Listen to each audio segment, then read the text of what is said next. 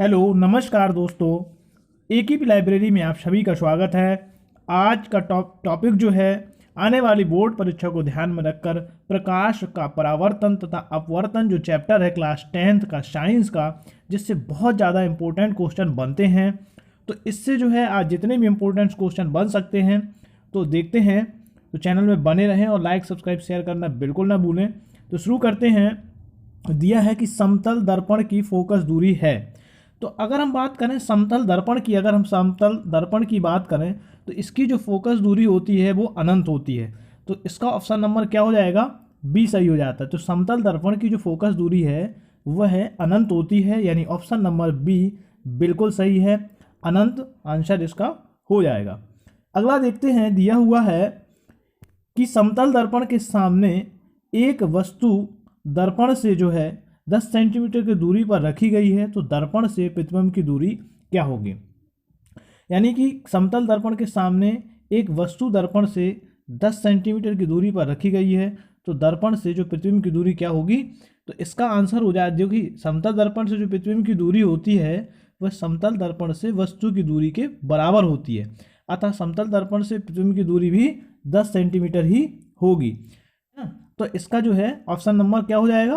B सही हो जाएगा, यानी कि 10 सेंटीमीटर होगी। तो जो समतल दर्पण होता है और से जो है क्या होता है कि समतल दर्पण से जो है प्रतिबिंब की जो दूरी होती है, ये कोई प्रतिबिंब है अगर हम ऐसा मान लें, तो समतल दर्पण से प्रतिबिंब की दूरी जो है और समतल दर्पण से वस्तु की दूरी के बराबर होती है। जो ये प्रतिबिंब की दूरी होगी वही वस्तु की दूरी के बराबर होती है।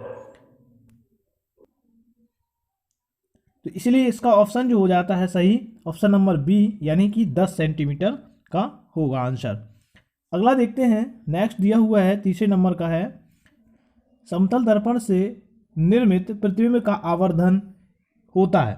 तो हम बात करें जो समतल दर्पण से जो है प्रतिबिंब की जो दूरी होगी, तो दूरी की बात करें हम तो दूरी बराबर क्या हो जाता है? जो दूरी होती है वो होती है v। और जो है समतल दर्पण से वस्तु की दूरी की बात करें, यानी कि वस्तु की दूरी, तो वस्तु की जो दूरी होती है उसको हम बोलते हैं क्या? उसको बोलते हैं हम u बोल देते हैं।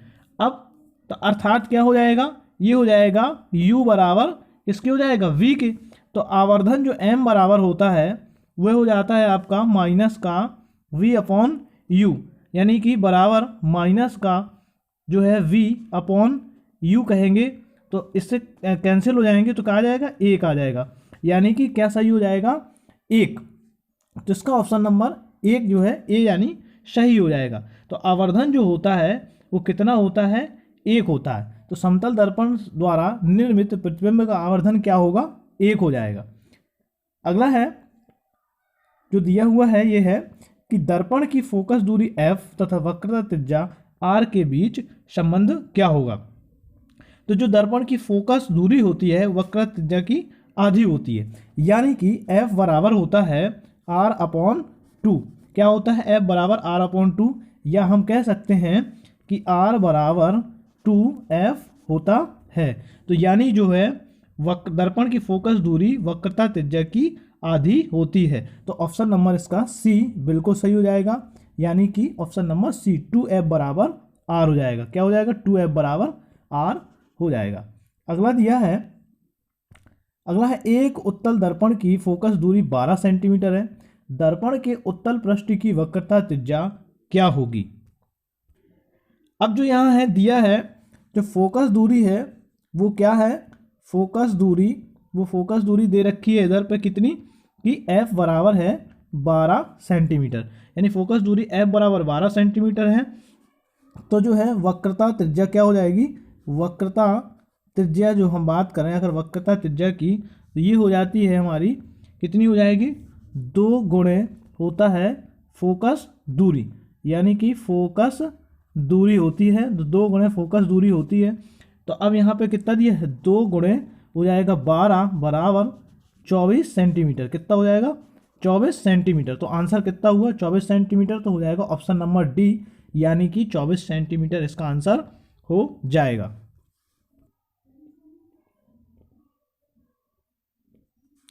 अब देखिए अगला दिया हुआ है कि एक उत्तल दर्पण की फोकस दूरी यानी f बराबर 20 सेंटीमीटर, उसकी वक्रता त्रिज्या क्या होगी? तो f बराबर कितना दिया है? 20 सेंटीमीटर दिया है। तो वक्रता त्रिज्या बराबर क्या हो जाएगा? वक्रता त्रिज्या बराबर जो हो जाएगा, त्रिज्या बराबर क्या होता है? होता है 2 गुणे f, यानी कि 2 गुणे 20 हो जाएगा, तो कितना आ जाएगा? 40 सेंटीमीटर। तो ऑप्शन आंसर का क्या हो जाएगा? इसका आंसर जो हो जाएगा, तो क्या हो जाएगा ऑप्शन? अगर फोकस दूरी f 20 है तो उसकी वक्रता त्रिज्या कितनी हो जाएगी? 40, यानी ऑप्शन नंबर इसका 6 का ऑप्शन नंबर सी जो है बिल्कुल सही है। यानी इसकी जो है वक्रता त्रिज्या कितनी हो जाएगी? 40 सेंटीमीटर हो जाएगी। अब यह है एक अवतल दर्पण की वक्रता त्रिज्या 20 सेंटीमीटर है, तो इसकी फोकस दूरी क्या होगी? अब देखिए यहां जो देखा वक्रता त्रिज्या जो दिया है, यानी r बराबर कितना दिया है? r बराबर दिया है 20 सेंटीमीटर। r बराबर 20 सेंटीमीटर दिया है। क्योंकि हम जानते हैं कि अवतल दर्पण के लिए फोकस दूरी ऋणात्मक ली जाती है, तो अवतल दर्पण के लिए जो फोकस दूरी ऋणात्मक ली जाती है, तो f बराबर क्या हो जाएगा? f बराबर हो जाएगा हमारा जो है माइनस का r/2। क्या हो जाएगा? f बराबर माइनस का r/2। तो यहाँ हो जाएगा माइनस का 20/2, यानी इसको काट देंगे तो कितना आएगा? माइनस का 10 सेंटीमीटर। तो माइनस का 10 सेंटीमीटर आएगा। इस हिसाब से ऑप्शन नंबर हमारा हो गया बी सही, यानी कि माइनस का 10 सेंटीमीटर इसका आंसर हो जाएगा। तो फोकस दूरी कितनी होगी? माइनस की 10 सेंटीमीटर इसकी फोकस दूरी हो जाएगी। अगला दिया हुआ है, अगला 8वें नंबर पे दे रखा है कि एक उत्तल दर्पण की फोकस दूरी होगी जिसकी वक्रता त्रिज्या 32 सेंटीमीटर दी है, यानी कि उसकी जो है त्रिज्या r बराबर कितना दिया है? 32 दिया है। r बराबर 32 सेंटीमीटर दिया था। अब इसकी हमें निकालना फोकस दूरी, तो फोकस दूरी f बराबर क्या हो जाता है? r/2, यानी कि r कितना दिया है हमारा? r दिया है 32 सेंटीमीटर, बटे में 2 आएगा, इसको काटेंगे तो कितना आ जाएगा? 16 सेंटीमीटर। तो आप आंसर हो गया 16 सेंटीमीटर, यानी ऑप्शन नंबर बी बिल्कुल राइट आंसर है। यानी 16 सेंटीमीटर इसकी जो है उत्तल दर्पण की फोकस दूरी क्या हो जाएगी? 16 सेंटीमीटर। अब देखते हैं अगला वाला सवाल जो दिया है कि किस दर्पण के सामने किसी वस्तु को रखने पर उसका प्रतिबिंब वास्तविक, उल्टा व आकार में कुछ छोटा बनेगा। तो अगर हम बात करें इसके आंसर की, तो इसका आंसर जो होगा वो हो जाएगा हमारा ऑप्शन नंबर बी, यानी कि अवतल। तो जो है अवतल दर्पण होता है, क्योंकि ऐसा होता है कि अवतल दर्पण के सम्मुख अगर हम जो है अवतल दर्पण के सामने अगर हम जो है क्या करें, वस्तु अनंत या अनंत तथा वक्रता केंद्र के मध्य अगर स्थित होती है, तो वस्तु का प्रतिबिंब जो होता है वो वास्तविक, उल्टा और आकार में कुछ छोटा बनता है। तो इसलिए अवतल दर्पण इसका आंसर हो जाएगा, यानी ऑप्शन नंबर बी बिल्कुल इसका सही आंसर हो जाएगा। अब देखते हैं अगला सवाल जो है, अगला दिया हुआ है कि किसी दर्पण यानी अवतल दर्पण द्वारा किसी वस्तु का सीधा व बड़ा प्रतिबिंब बनाने के लिए उसे रखना होगा। तो उसे किसके सामने रखना होगा, या फिर अथवा में पूछ सकता है कि अवतल दर्पण द्वारा किसी वस्तु का बना प्रतिबिंब आभासी, सीधा तथा वस्तु से बड़ा पाया जाता है, तो वस्तु की स्थिति क्या होगी? ऑप्शन दे रहा है कि दर्पण के वक्रता केंद्र पर सी, दर्पण के फोकस बिंदु पर एफ, या दर्पण के वक्रता केंद्र सी और उसके फोकस बिंदु एफ के बीच में, दर्पण के ध्रुव पी और उसके फोकस बिंदु एफ के बीच में। तो अगर हम इसकी बात करें आंसर की, तो इसका आंसर नंबर हो जाता है ऑप्शन नंबर डी का सही हो जाएगा, जो है किसके पास? दर्पण के ध्रुव पी और उसके फोकस बिंदु एफ के बीच में।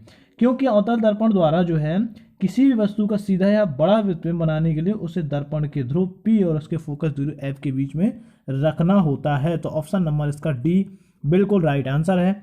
अब देखते हैं इसका नेक्स्ट क्वेश्चन। नेक्स्ट दिया हुआ है, किसी दर्पण से आप चाहे कितनी दूरी पर खड़े हों, आपका प्रतिबिंब सदैव सीधा प्रतीत होता है, तो वह दर्पण होगा। अब अगर बात करें समतल तथा उत्तल, क्योंकि जो है समतल तथा उत्तल दर्पण द्वारा प्रतिबिंब सदैव सीधा बनता है, तो कैसा बनता है? इसमें जो है सीधा बन जाता है। तो इसका जो आंसर हो जाएगा समतल या उत्तल। क्यों? क्योंकि जब दर्पण से आप चाहे कितनी भी दूर पर खड़े हो जाएं, तो आपका प्रतिबिंब सदैव सीधा जो बनेगा वो दर्पण होता है समतल या उत्तल। क्योंकि जो हम देखते हैं कि समतल दर्पण, यानी जब समतल दर्पण पे हम अपना फेस देखते हैं या अपने आप को देखते हैं, तो हमें जो है सदैव कैसा सीधा ही हमारा प्रतिबिंब सीधा प्रतीत होता है। तो समतल कौन सा हो जाएगा, समतल दर्पण या फिर उत्तल दर्पण इसका आंसर हो जाएगा। अगला दिया है 12वें नंबर पे दिया है कि अनंत या उत्तल दर्पण के ध्रुव P के बीच रखी वस्तु का प्रतिबिंब कहाँ और किस प्रकृति का होगा। आपके ऑप्शन है दर्पण के पीछे P एवं F के बीच आभासी एवं सीधा, या फिर दर्पण के पीछे P एवं F के बीच आभासी एवं उल्टा, या फिर दर्पण के सामने वास्तविक एवं सीधा, या फिर दर्पण के सामने आभासी सीधा। यहाँ F फोकस है। तो अब अगर हम इसके आंसर की बात करें तो इसका जो आंसर हो जाएगा वो हो जाएगा ऑप्शन नंबर ए, यानी क्या हो जाएगा कि इसका आंसर जो होगा ऑप्शन नंबर ए हो जाएगा। तो बिल्कुल सही है ऑप्शन नंबर ए इसका, कि दर्पण के पीछे F P एवं F के बीच में ए आभासी व सीधा बनेगा। तो इसका ऑप्शन नंबर ए बिल्कुल सही है। अब देखते हैं इसका नेक्स्ट वाला जो है, अगला दिया है टॉर्चों, सर्च लाइटों तथा वाहनों की हेडलाइटों में बल्ब कहाँ लगा होता है। आपके ऑप्शन है परावर्तक के ध्रुव तथा फोकस के बीच, परावर्तक के फोकस के अत्यधिक निकट, परावर्तक के फोकस एवं वक्रता के बीच, और परावर्तक के वक्रता केंद्र पर। तो अगर हम बात करें जो अवतल दर्पण को सामान्यतः टार्चों में, वाहनों की हेडलाइटों में प्रकाश पुंज को प्राप्त किया जाता है, यहाँ बल्ब को परावर्तक फोकस के अत्यधिक निकट रखा जाता है। कहाँ रखा जाता है, परावर्तक फोकस के अत्यधिक निकट रखा जाता है, यानी ऑप्शन नंबर बी इसका सही हो जाता है। क्योंकि आपतित किरणें जो अवतल फोकस से होकर गुजरती हैं परावर्तक के पश्चात दर्पण के अक्ष के समांतर आ जाती हैं। तो इसका इसलिए जो है ऑप्शन नंबर इसका सही हो जाता है। टॉर्चों, सर्च लाइटों तथा वाहनों को हेडलाइटों में बल्ब कहाँ होता है, तो परावर्तक के फोकस के अत्यधिक निकट होता है। ऑप्शन नंबर बी इसका सही है। अब देखते हैं अगला है किसी 10 सेंटीमीटर फोकस दूरी वाले अवतल दर्पण के सामने 20 सेंटीमीटर की दूरी पर एक वस्तु रखी है, तो उस वस्तु का प्रतिबिंब क्या होगा। ऑप्शन है दर्पण के पीछे बनेगा, दर्पण तथा फोकस के बीच बनेगा, फोकस पर बनेगा, या फिर दर्पण के वक्रता केंद्र पर बनेगा। अब अगर हम बात करें यहाँ दिए होने की, तो इसमें क्या क्या दिया है कि फोकस दूरी जो दी है वो दी है फोकस जो दूरी दी है वो है आपकी F बराबर माइनस के 10 सेंटीमीटर, और U बराबर कितना दिया है, U बराबर दिया है माइनस का 20 सेंटीमीटर। अब अगर बात करें सूत्र की बात करें तो होता है, यानी कि हम कह दें तो 1 अपॉन जो है U प्लस 1 अपॉन B बराबर 1 अपॉन जो है F। तो अगर हम यहाँ मान रखेंगे इनके तो हो जाएगा 1 अपॉन माइनस का 20 और प्लस 1 अपॉन B बराबर 1 अपॉन माइनस के 10, यानी माइनस के 10 रखे हैं। तो अब आगे जो है हम लोग सॉल्व करेंगे। आगे क्या दिया है आप स्क्रीनशॉट ले सकते हैं या देख सकते हैं। तो इसके जो आगे आ जाएगा इस तरीके से होगा आगे कि ये हो जाएगा 1 अपॉन V बराबर 1 अपॉन 20 माइनस 1 अपॉन 10। तो इनका जब हम हल करेंगे आगे तो आ जाएगा 1 अपॉन V बराबर 1 माइनस 2 अपॉन 20। इनका एलसीएम ले लेंगे तो यहाँ 20 एलसीएम आएगा तो 1 माइनस 2 आ जाएगा। तो बचेगा आपका कितना 1 माइनस के 1 और अपॉन में 20। तो V बराबर कितना आ गया, V बराबर आ गया माइनस के 20। ठीक है, तो वस्तु का प्रतिबिंब दर्पण के वक्रता केंद्र पर बनेगा। इसका आंसर क्या हो गया, वस्तु का जो है दर्पण के कहाँ पर बनेगा, वक्रता केंद्र पर बनेगा, यानी ऑप्शन नंबर इसका डी सही है, दर्पण के वक्रता केंद्र पर बनेगा। अब देखते हैं अगला सवाल। अगला दिया है दो माध्यमों के सीमा पृष्ठ पर एक प्रकाश किरण लंबवत आपतित होती है, तो अपवर्तन कोण क्या होगा। तो यहाँ जो अगर बात करें दो माध्यमों की सीमा पृष्ठ पर यदि कोई प्रकाश की कोई किरण पृथककारी पृष्ठ पर लंबवत जो है आपतित होती है, तो वह किरण बिना विचलित हुए सीधी निकल जाती है। अतः इस कारण अपवर्तन का कोण क्या हो जाएगा, 0 हो जाता है। तो ऑप्शन नंबर इसका ए सही हो जाएगा, यानी कि 0 हो जाता है। अब देखते हैं इसका नेक्स्ट जो दिया है अगला है कि चित्र में किसी प्रकाश किरण को माध्यम ए से माध्यम बी के गमन करते दर्शाया गया है। माध्यम ए के सापेक्ष माध्यम बी का अपवर्तनांक होगा। तो अब देखिए यहाँ पर जो है ये दर्शाया गया है माध्यम ए और माध्यम जो है ए के सापेक्ष बी का अपवर्तनांक पूछा गया है, ए के सापेक्ष जो है बी का अपवर्तनांक पूछा गया है। तो ऑप्शन इस तरीके से आपके दिए हुए हैं। तो अगर हम बात करें इसके, तो इसका सवाल जो है क्या हो जाएगा, यहाँ पर जो है लगाते हैं। देखिए इसका सवाल आगे क्या लगेगा, देखिए यहाँ लगाएंगे जो, अगर हम यहाँ बात करें आपतित कोण की, तो आपतित जो कोण दिया है वो दे रहा है कितना, 60 यानी 60 डिग्री का। और अपवर्तित कोण आर की बात करें तो वो दे रहा है 45 का। तो देखिए अब जो है क्या होता है, अपवर्तनांक बराबर होता है, अपवर्तनांक बराबर जो होता है वो होता है, अपवर्तनांक बराबर क्या होता है, साइन जो है आई अपॉन साइन आर। तो अब यहाँ मान करेंगे तो यहाँ हो जाएगा साइन जो है, आगे लगाते हैं क्या आ जाएगा, साइन जो है साइन 60 बटे साइन जो है कितना हो जाएगा 45, साइन 45। तो बराबर यहाँ जो मान रखेंगे वो हो जाएगा √3/2 और बटे में आ जाएगा 1/√2। तो यहाँ पर आंसर आएगा हमारा √3/√2। तो ऑप्शन कौन सा सही हो जाएगा, जो है √3/√2, यानी कि ऑप्शन नंबर इसका हो जाएगा ए सही, √3/√2 हो जाएगा। अगला दिया, यदि एक अपवर्तनांक का एक पारदर्शी पदार्थ निर्वात में रखा है, निर्वात से होकर उस पदार्थ में प्रवेश करने वाली एक प्रकाश की किरण सतह पर विचलित होकर अविलंबित से अब क्या आ जाएगी, दूर हट जाएगी, या समीप आ जाएगी, या अविचलित रहेगी, या फिर अवलंब की दिशा में जाएगी।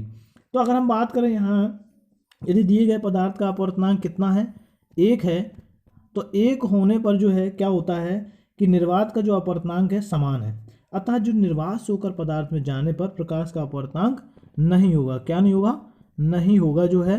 तो अब जो है अर्थात प्रकाश की किरण अविचलित रहेगी। कैसी रहेगी, अविचलित रहेगी। तो ऑप्शन नंबर सी सही हो जाता है, यानी प्रकाश की किरण कैसी रहेगी, अविचलित रहेगी। अब देखते हैं अगला जो दिया हुआ है वो सही, ये दिया है वायु में प्रकाश की चाल 3 × 10⁸ मीटर प्रति सेकेंड है, जबकि एक पदार्थ में इसकी चाल जो है 1.5 × 10⁸ मीटर प्रति सेकेंड हो जाती है। तो पदार्थ का अपवर्तनांक क्या होगा। तो पदार्थ का अपवर्तनांक जो होता है उसका फॉर्मूला ये होता है कि पदार्थ का अपवर्तनांक बराबर होता है, क्या होता है, वायु में प्रकाश की चाल बटे माध्यम में प्रकाश की चाल। इसका फॉर्मूला क्या होता है, ये हो जाता है कि वायु में प्रकाश की चाल बटे माध्यम में प्रकाश की चाल। तो ये हो जाएगा, अब जो है इसको लगाएंगे, क्या दिया है, 3 × 10⁸ बटे 1.5 ×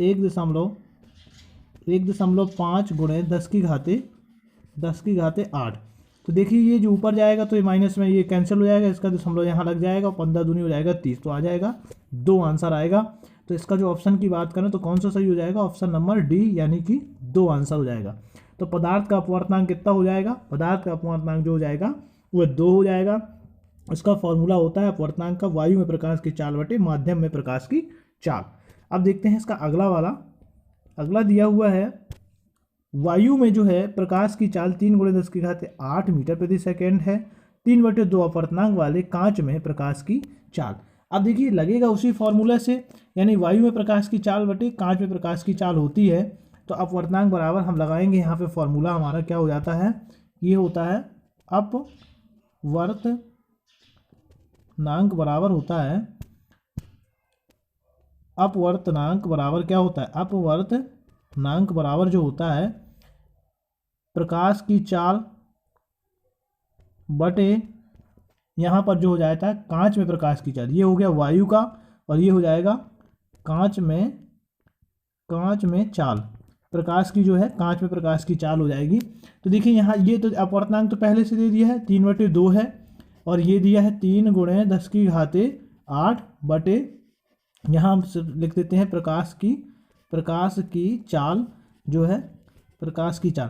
तो देखिए अब यहाँ पर देखिए किस तरीके से आएगा, अब आगे लगाते हैं, आगे जो लगेगा इस तरीके से लगेगा कि प्रकाश की चाल यानी कि कांच में प्रकाश की चाल, कांच में प्रकाश की जो चाल दी है वो हो जाएगी 3 × 10⁸ में आ जाएगा हमारा 3। तो जब इसको काटेंगे तो ये जो है क्या हो जाएगा, 3 से 3 कैंसिल हो जाएगा, तो यहाँ आ जाएगा 2 × 10⁸। तो आंसर क्या हो जाएगा 2 × 10⁸ मीटर प्रति सेकेंड। तो क्या हो जाएगा 2 × 10⁸ मीटर प्रति सेकेंड। तो कौन सा ऑप्शन सही हो जाएगा हमारा, ऑप्शन नंबर ए, यानी 2 × 10⁸ मीटर प्रति सेकेंड। अब इसी का देखते हैं अगला सवाल। अगला दिया हुआ वायु के सापेक्ष कांच का अपवर्तनांक, तो कांच के सापेक्ष वायु का अपवर्तनांक क्या होगा। तो कांच के सापेक्ष वायु का जो अपवर्तनांक है, अपवर्त जो नांक हो जाएगा, वायु के सापेक्ष कांच का अपवर्तनांक क्या हो जाएगा, देखिए ये हो जाएगा ANG बराबर होता है 1/GNA। तो जब इसको पलटेंगे हम तो क्या हो जाएगा, ये आ जाएगा 3/2 बराबर 1/GNA। तो जब इसको हल करेंगे तो ये हो जाएगा GNA जो है बराबर 2/3। तो आंसर कौन सा सही हो जाएगा 2/3, यानी ऑप्शन नंबर इसका सी बिल्कुल सही हो जाएगा। आगे दिया है वायु के सापेक्ष जल तथा कांच के अपवर्तनांक क्रमशः जो है कितना दिया है यहाँ पे 4, ये मिसप्रिंट हो गया है, यहाँ दिया है 4/3 तथा 3/2 है। जल के सापेक्ष कांच का अपवर्तनांक क्या होगा। तो देखिए अभी जैसे लगाया वैसे ही लगेगा। तो वायु के सापेक्ष जल का अपवर्तनांक दिया हुआ है, यानी देखिए वायु के सापेक्ष जल का अपवर्तनांक हम यहाँ लिख देते हैं, जल का अपवर्तनांक कितना है, ये दिया है हमारा, जल का अपवर्तनांक दिया है 4/3 है। और यहाँ अगर बात करें कांच का अपवर्तनांक, यानी कि कांच का अपवर्तनांक ये दिया है 3/2। तो हम लगाएंगे जो है सापेक्ष जल के सापेक्ष कांच का अपवर्तनांक क्या हो जाएगा। तो जल के सापेक्ष कांच का अपवर्तनांक जब लगाएंगे तो देखिए ये लग जाएगा जल के सापेक्ष कांच का अपवर्तनांक, देखिए ज़्यादा थोड़ा सा लिखने में हो रही है तो आप समझ लीजिएगा। जल के सापेक्ष कांच का अपवर्तनांक बराबर हो जाएगा, क्या हो जाएगा, इसको लिख देते हैं जो है बराबर में हो जाएगा ANG/AN।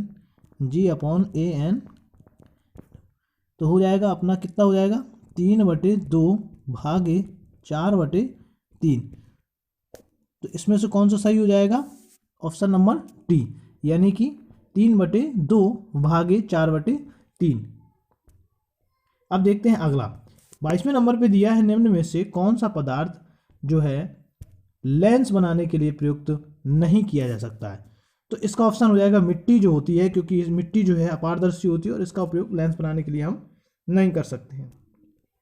अगला है किसी गोलीय दर्पण तथा किसी पतले गोलीय लेंस दोनों की फोकस दूरियां -15 है, दर्पण तथा लेंस समोता हैं। तो अब अगर हम बात करें इससे तो जो है क्या होंगे, दोनों जो है क्या होंगे, लेंस समोता कौन से होंगे, दर्पण तथा लेंस दोनों अवतल होंगे। क्या होंगे, दोनों अवतल होंगे, क्योंकि अवतल दर्पण और अवतल लेंस दोनों की फोकस दूरियां ऋणात्मक होती हैं। तो यहाँ दोनों की फोकस दूरियां क्या हैं, ऋणात्मक हैं। तो इसलिए क्या हो जाएगा, ऑप्शन नंबर इसका ए बिल्कुल राइट आंसर हो जाएगा। अब देखते हैं इसका नेक्स्ट सवाल। नेक्स्ट क्या दिया है, नेक्स्ट दे रहा है कि उत्तल लेंस द्वारा किसी वस्तु का वास्तविक उल्टा एवं बड़ा प्रतिबिंब बनाने के लिए वस्तु को रखना चाहिए। तो वस्तु को किस में रखना चाहिए, लेंस से f तथा 2f के बीच रखना चाहिए, यानी ऑप्शन इसका सी सही है। अगला देखते हैं। अगला दिया है किसी शब्द को उसमें पाए गए छोटे अक्षरों को पढ़ते समय आप निम्न में से कौन सा लेंस पसंद करेंगे। तो जो हम इसका लेंस पसंद करेंगे ये हो जाएगा 5 सेंटीमीटर फोकस दूरी का एक उत्तल लेंस जो है हम पसंद करेंगे। तो ऑप्शन नंबर इसका बिल्कुल सी जो है सही है। अब आगे देखते हैं अगला सवाल। तो जो इसका अगला सवाल दिया है, एक अवतल लेंस द्वारा किसी वस्तु का बना प्रतिबिंब होता है। तो जो किसी एक अवतल लेंस द्वारा जो किसी वस्तु का जो प्रतिबिंब बनता है वो कैसा बनता है, आभासी, सीधा और छोटा बनता है। तो ऑप्शन नंबर इसका बिल्कुल सही है। तो वीडियो आप जो है लाइक, सब्सक्राइब और शेयर जरूर कर दें। तो अगर अच्छी लगे तो ज़रूर लाइक करें।